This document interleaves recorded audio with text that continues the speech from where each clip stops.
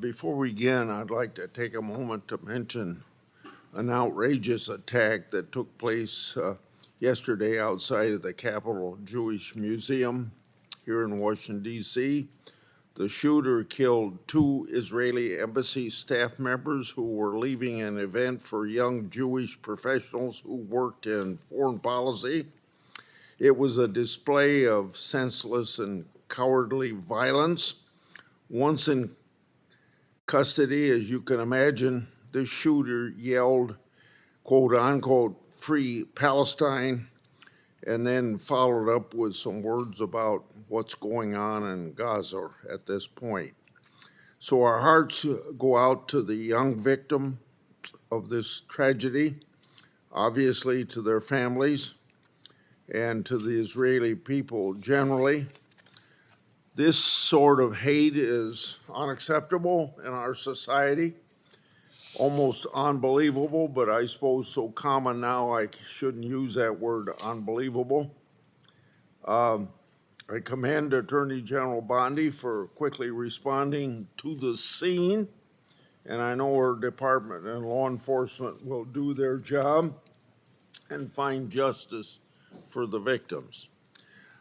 Today's agenda, we have nominations of Terrence Cole to be Administrator of the Drug Enforcement Administration and Mr. Serrato to be Director of the Marshal Service, and David Waterman to be United States Attorney for the Southern District of Iowa.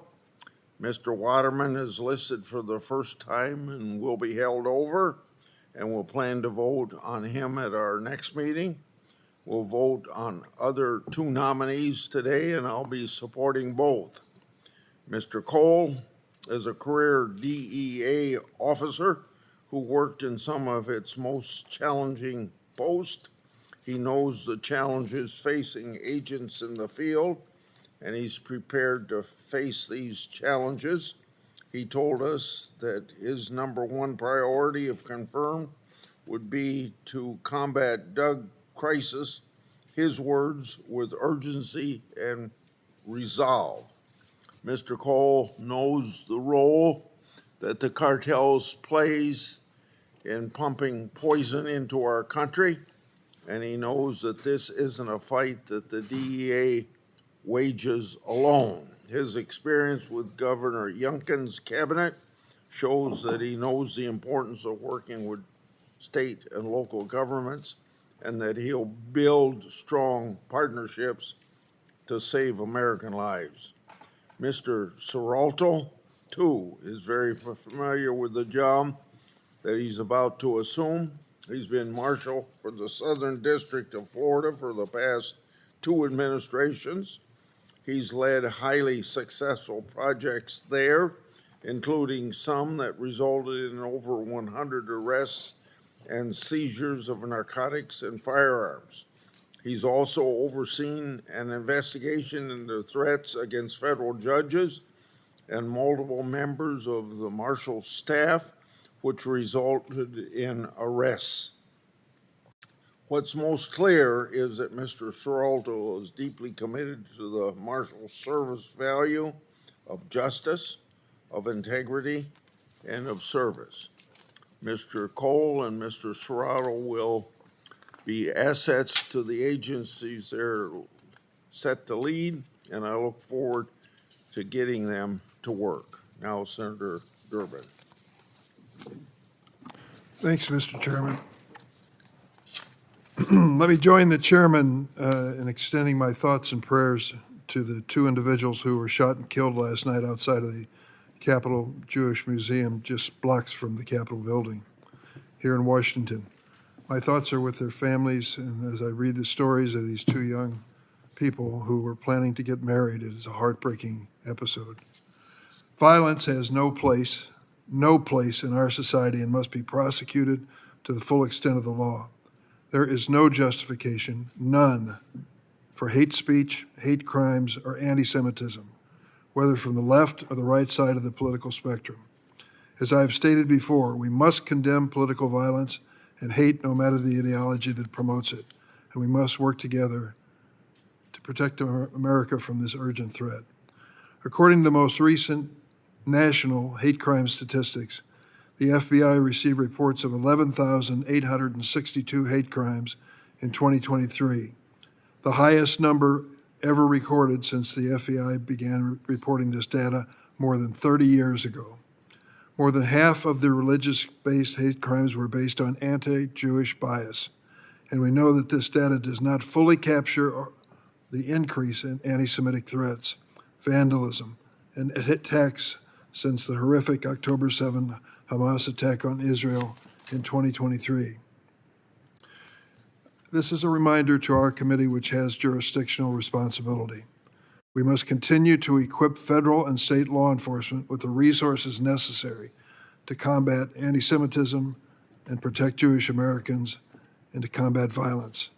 This includes asking this administration to reverse course on its dangerous cuts to domestic terrorism prevention efforts, which leaves our nation less secure and America less safe in today's heightened threat environment. And we must support law enforcement programs focused on countering domestic terrorism and violent extremism. I hope that in light of today's tragic news, we can all agree to redouble our efforts on a bipartisan basis to confront this threat with the full force of the federal government and to protect the safety of all Americans. I hope, Mr. Chairman, that I can appeal to you and the other members of the committee to join me in asking the Justice Department and the FBI for an immediate briefing for members of this committee on the investigation into this attack. Before we vote, I want to say a brief word about the nominees. Mr. Cole, Terrence Cole, to be Administrator of Drug Enforcement Administration. As I said at his hearing, this agency he seeks to lead is in a deep crisis due to the administration's actions in the last 4 months. The Justice Department has systematically diverted DEA agents away from the efforts to fight the fentanyl crisis that is killing our kids in order to provide more troops for President Trump's mass deportation agenda. Even worse, Deputy Attorney General Todd Blanche has proposed combining DEA and the Bureau of Alcohol, Tobacco, and Firearms into one agency. I strongly oppose this proposed merger. It would reduce the resources to address the critical goals of both agencies. The proposal is not yet another effort by the administration that does not strengthen but weakens public safety. This would only exacerbate the fentanyl crisis and make it harder to stop gun trafficking and other crimes. Mr. Cole refused to take a position on the diversion of DEA agents toward immigration enforcement or the proposal to merge the DEA and ATF. I respect his 21 years of service at the DEA, but his lack of clarity on this key issue troubles me to this moment. I'd also like to say a word about Mr. I'm going to mispronounce his first name. Maybe Senator Moody can help me. Gedasis? Saralta? Is that close? Well, I don't want to disrespect him by mispronouncing his name, but it is unusual public spelling. Let me say a word about his nomination. Now, here's what impressed me the most. He is a holdover. He was originally U.S. Marshal under President Biden, and the people in charge of making this decision trusted him enough to give him the same responsibility under a Republican president. That speaks well of him. He appears to be a man who takes his own job very seriously. And I think his response to some of the questions certainly told that story. I liked his background. His family was with him, a Cuban immigrant to the United States. He and members of his family have done well to serve this country, and I'm sure will continue to. We asked him some questions that are consistent with what the line of questioning has been for some other nominees to the administrative positions. And the basic fundamental question I asked him not once but twice and reminded him he was under oath is, would you follow the orders of the court when it comes to your activity as U.S. Marshal? And he said yes, unequivocally yes. There are other questions that were asked for the record that I'm sure he received some assistance and guidance from other people in preparing answers. But here's what it is, I think, the bottom line that concerns me. I think we understand from what happened last night and what we read in the newspaper that we are living in a heightened, dangerous environment in this country. Judges, for example, have been targets already Sadly, in my own case, a judge that I appointed to the bench years ago, Judge Joan Lefkoe, had her mother killed and her husband killed in their home by a disgruntled litigant. The same thing is true in the state of New Jersey, and I'm sure Senator Booker can tell that story too, where a judge's son and husband were both killed. Thank you for clarifying that. Son was murdered, husband wounded, but not killed in their home. I continue to ask the judges across my state, and I hope each member will do the same. Do you have any concerns about your own personal safety that we ought to address? Now, when it comes to addressing those concerns, the first line of defense is the U.S. Marshal's Office. So the obvious question is, how many people work in this office nationwide with the hundreds of federal judges that we have working for us in our government? The answer is 5,600 in the U.S. Marshal Service. And it's also true that weeks ago, this administration sent letters to 5,000 of the 5,600 inviting them to retire. I asked the individual, Mr. Seralta, would you be concerned about filling those positions? And he said yes, as he should have. We want to make sure we have good professional people. We also have a situation where this president has already removed security protections for several former officials who served in the first Trump administration simply because he was unhappy with what they said about him politically. The president has repeatedly attacked judges who rule against him, to the point where the Chief Justice of the Supreme Court made a public statement urging people to calm their rhetoric when it comes to these judges. We were all justifiably concerned with a demonstration outside the home of a U.S. Supreme Court justice several years ago. I was concerned not only for the conduct that took place there, but for the fact that his residence address was now known to the public and obviously has been spread around. I worry about that. There have been other instances where judges who made controversial rulings went through the pizza scam. You may be aware of it. Someone has been sending pizzas to these judges to let them know in a fashion that we know where you live. That sort of thing just not only breaks my heart, it angers me that any public official would be exposed to that sort of situation. So I take judicial security very, very seriously. I asked the Attorney General and the head of the FBI to respond to me by today to tell us what they're doing when it comes to judicial security, and no response came forward. You know, when we talk about our communications with the administration, is there anything more basic that we ought to share than bipartisan determination to keep our judiciary safe? For that reason, I am concerned about the progress of this nomination at this moment. I am going to withhold my vote for Mr. Seralta today, but I'm not ruling out voting for him on the floor if we get a complete response from the administration about judicial security and whether they consider it important. Thank you, Mr. Chairman. What was the request you made of me about briefing on I think on the shooting? Yes, I've asked for a briefing on the investigation of this attack last night. We'll have our staffs get together on that. Okay. Before I call on Senator Cornyn for a few minutes, I told everybody to be here at 10:30. I just got word that one person can't come until 10:45, so I hope that we can still stay together to get these out. Senator Cornyn. Mr. Chairman, Mr. Chairman. could I be recognized after Senator Cornyn now that we have a few minutes? You can be recognized. Thank you very much. Me after Senator Booker, if that's okay. Thank you, Mr. Chairman.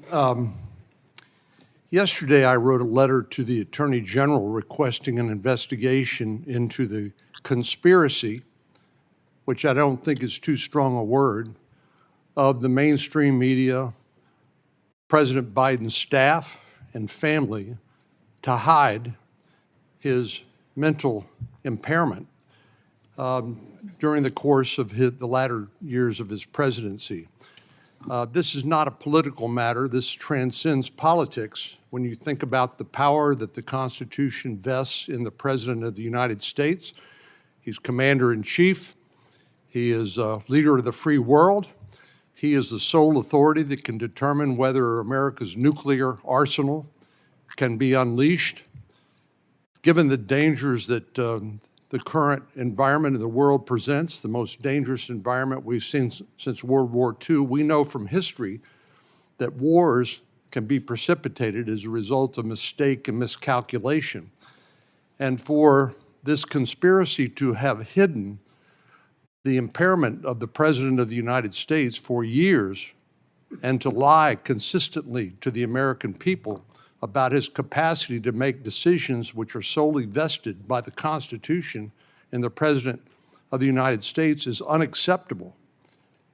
Again, this transcends politics. Obviously, our Democratic friends are having to deal with the consequences of this politically, but what the issue I'm raising is, I believe, far more important. And then the most recent revelations about the president's prostate cancer, we, of course, extend our prayers and wish him a quick recovery from that.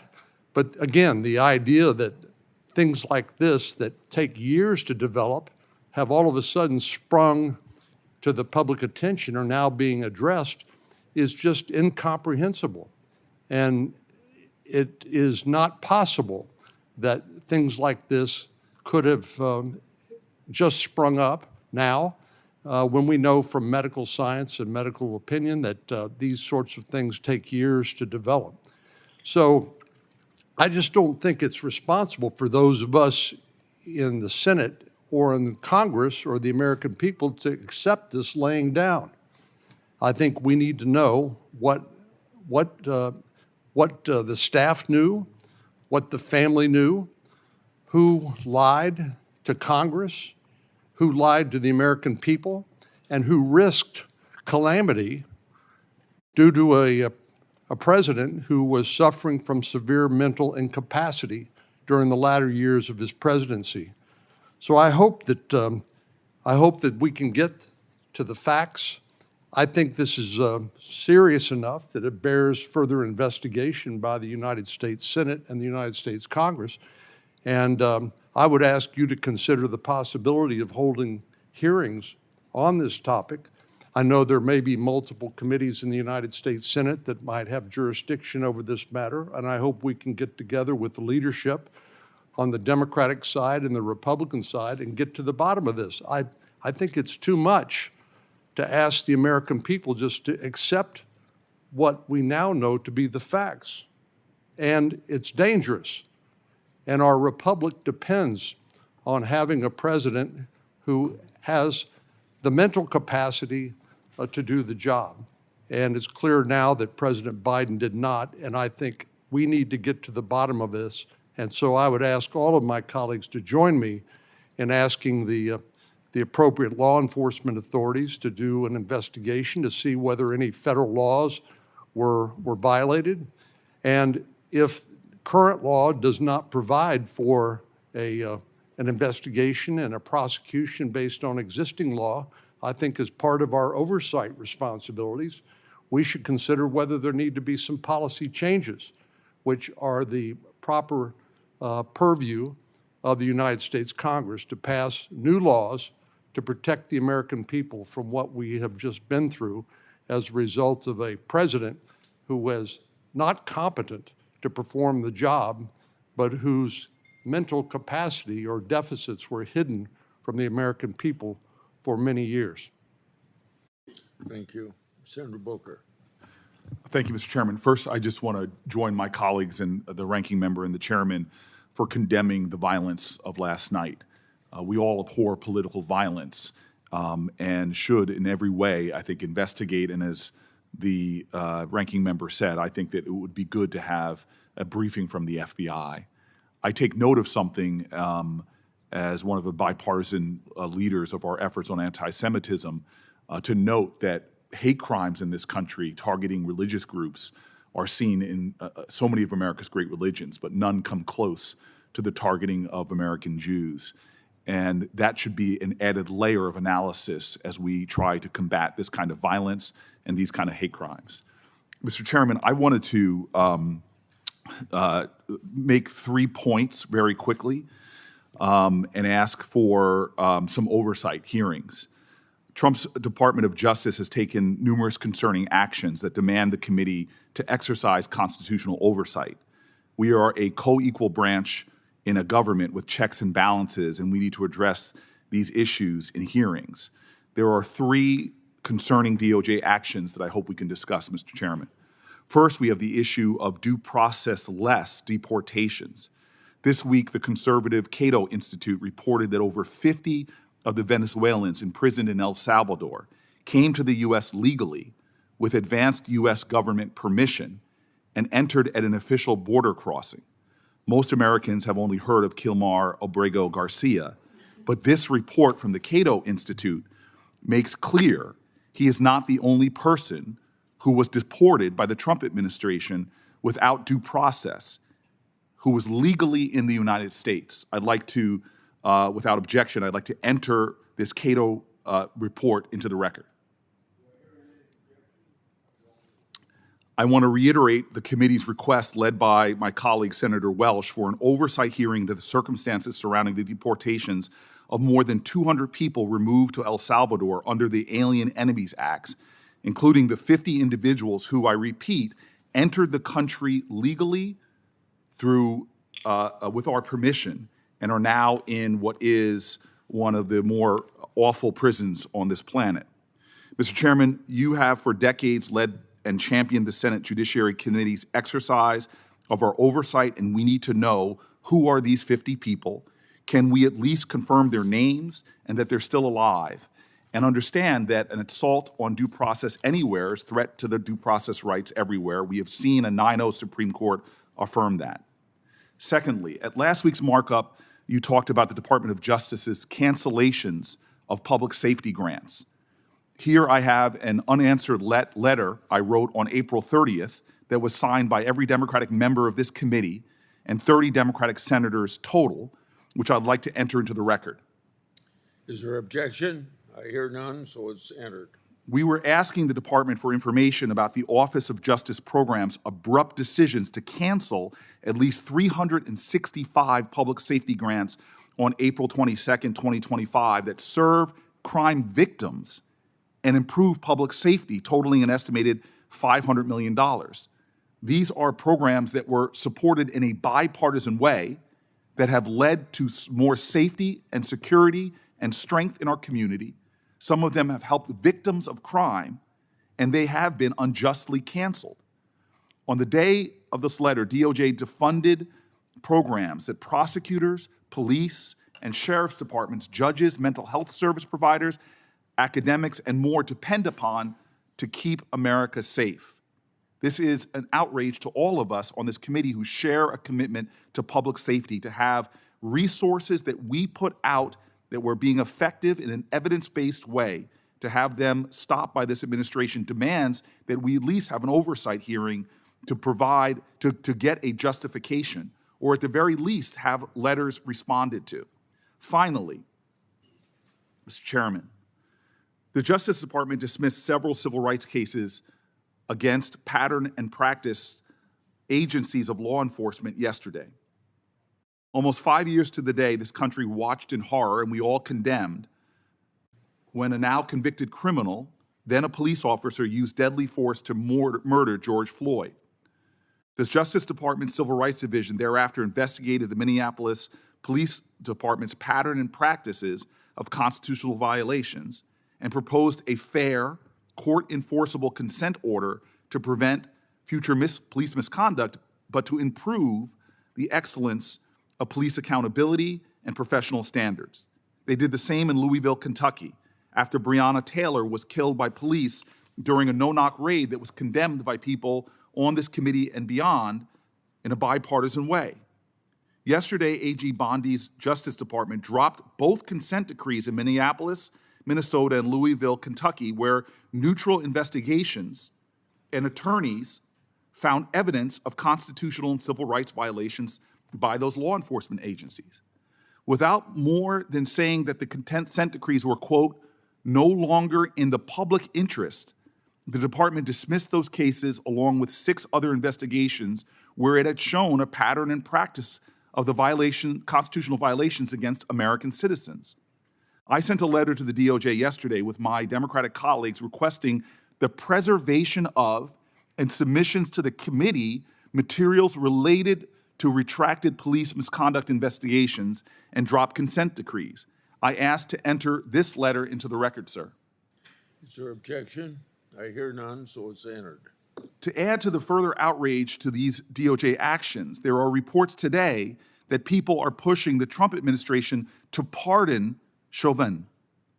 This would be unacceptable, outrageous, and injurious to the public safety, injurious to community trust, injurious to the environments we need that keep people safe and support our law enforcement officers. We are lacking in our oversight of a department that appears to be on a turbocharged chip away at civil rights protections and not do common sense measures that can make our communities stronger and safer and have the highest professional standards in policing.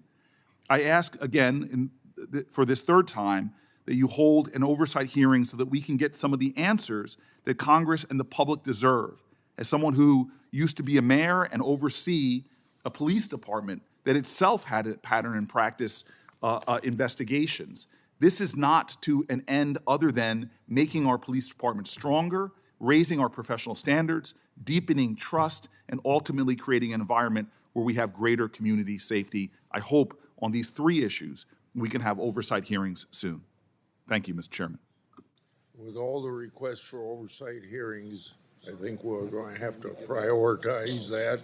Before I call on the senator from Rhode Island, you mentioned something I said last week about grants, and I think I had information yet before the meeting was over that grants for nonprofits and law enforcement, that they were going to reinstitute the ones for law enforcement. That's what I think I said last week, Senator Whitehouse. Mr. Chairman, can I respond to that, sir? Yeah. Some of the proudest work that I've seen in this committee done by people on both sides, courageous leadership by Senator Cornyn and people on our side of the aisle, passed this extraordinary bill on public safety. And a lot of those grants weren't just to law enforcement that were improved. They were to address mental health, something we've all talked about on both sides of the aisle. To focus just on grants directly to law enforcement and not the grants that are going to institutions that help people with mental health. We know a lot of the gun crimes in our country have a lot of unaddressed mental health illness there. And so all of these grants are important, sir, not just the ones that are vital for law enforcement, but also the ones that are vital for public safety that go to nonprofits that deal with things like mental health that are critical for public safety. Well, Senator Whitehouse and Senator Schiff withhold. We've got 11 people here, and I'd like to vote on these nominees. The first item is for Mr. Cole. Unfavorably reporting the nomination, the clerk will call the roll. Mr. Graham. Aye. Mr. Cornyn. Aye. Mr. Lee. Aye. Mr. Cruz. Aye. Mr. Hawley. Aye. Mr. Tillis. Aye. Mr. Kennedy. Mrs. Blackburn. Aye by proxy. Mr. Schmidt. Mrs. Britt. Mrs. Moody. Mr. Durbin. No. Mr. Whitehouse. No. Ms. Klobuchar. No by proxy. Mr. Coons. No by proxy. Mr. Blumenthal. No. Ms. Hirono. No by proxy. Mr. Booker. No. Mr. Padilla. No by proxy. Mr. Welch. No by proxy. Mr. Schiff. No. Chairman Grassley. Aye. On this vote, the ayes are 12, the nays are 10. Okay, 12 votes to end favorably reported. Now we'll take up Mr. Serrata. Favorably reporting, the clerk will call the roll. Mr. Graham. Aye. Mr. Cornyn. Aye. Mr. Lee. Aye. Mr. Cruz. Aye. Mr. Hawley. Mr. Tillis. Aye. Mr. Kennedy. Aye. Mrs. Blackburn. Aye by proxy. Mr. Schmidt. Mrs. Britt. Mrs. Moody. Mr. Durbin. Present. Mr. Whitehouse. Nope. Ms. Klobuchar. No by proxy. Mr. Coons. No by proxy.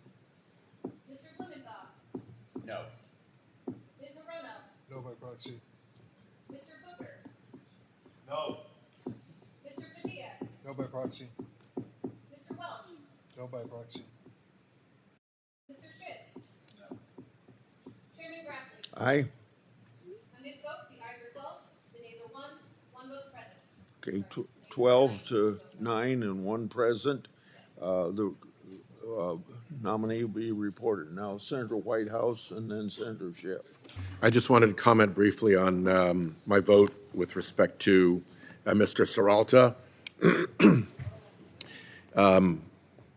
I share the ranking member's tentative optimism about this individual, and probably would ordinarily be inclined to vote yes, except for my experience, which is how often statements by Trump nominees, either in private meetings or in open committee hearings, have proven to be false. Smoke and mirrors, dishonored as soon as the pressure of confirmation is passed. My particular concern with respect to the Marshal Service is this.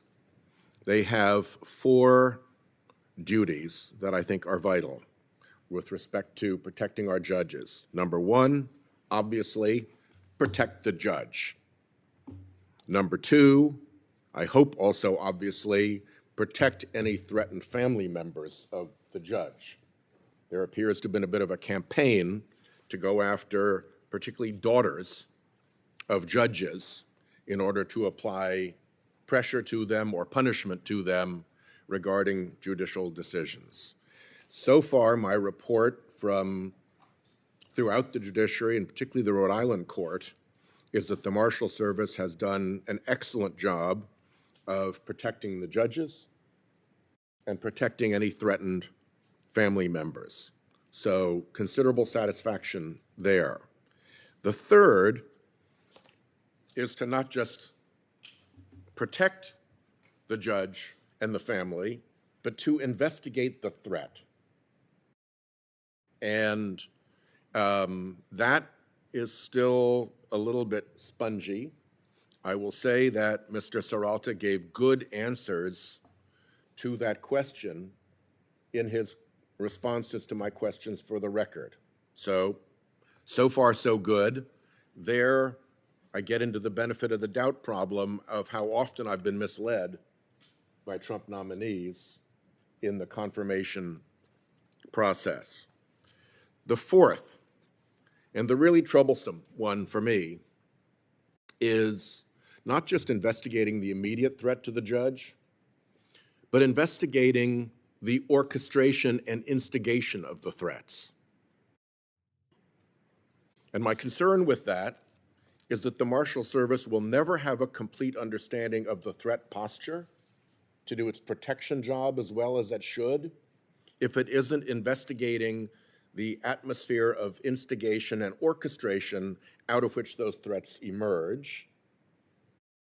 And it's actually a crime to instigate and orchestrate threats, or potentially part of a racketeering activity that could be addressed under civil or criminal RICO statutes.